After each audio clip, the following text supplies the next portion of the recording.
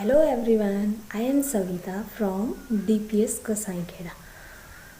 आज हम करेंगे हिंदी व्याकरण का टॉपिक भाषा, लिपि और व्याकरण। कक्षा चौथी के लिए बुक हमारी है विशेष हिंदी व्याकरण रचना। विशेष हिंदी व्याकरण और रचना, कक्षा चौथी, पाठ 1, भाषा, लिपि और व्याकरण। सबसे पहले इसमें क्या है, भाषा। भाषा क्या होती है? जब हम अपने विचारों को किसी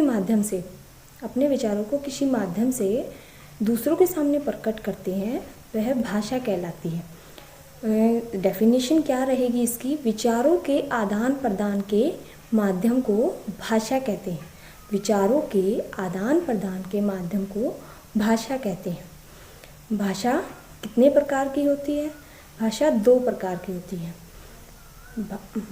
भाषा के 2 रूप होते हैं, मौखिक रूप, लिखित रूप। मौखिक रूप कौन सा होता है? अब मौखिक रूप जब हम अपने विचारों को दूसरों के सामने बोलकर, मुंह से बोलकर प्रकट करते हैं, वह भाषा का मौखिक रूप कहलाता है।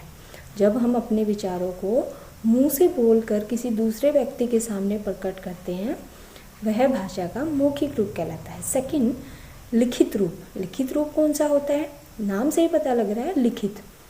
जब हम अपने विचारों को दूसरे व्यक्ति के सामने लिखकर प्रकट करते हैं, वह भाषा का लिखित रूप कहलाता है।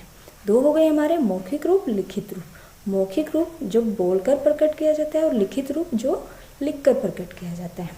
एक और रूप भी होता है भाषा का, सांकेतिक रूप। सांकेतिक रूप कौन सा होता है? जब अपने विचारों को इशारों के माध्यम से किसी दूसरे व्यक्ति को समझाया जाता है, संकेत देकर किसी दूसरे व्यक्ति को समझाया जाता है, वह भाषा का सांकेतिक रूप कहलाता है। इसको मान्यता प्राप्त नहीं है।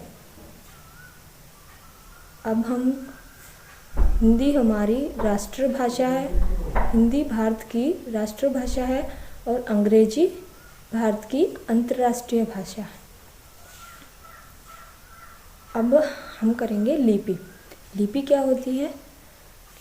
लिपि भाषा को लिखने के लिए जिन चिन्हों का प्रयोग किया जाता है, वे लिपि कहलाते हैं। लिपि क्या होती है? भाषा को लिखने के लिए जिन चिन्हों का प्रयोग किया जाता है, वह लिपि कहलाते हैं। जैसे अल्प विराम, पूर्ण विराम, अर्ध विराम, इनका प्रयोग किया जाता है, वे लिपि कहलाते हैं।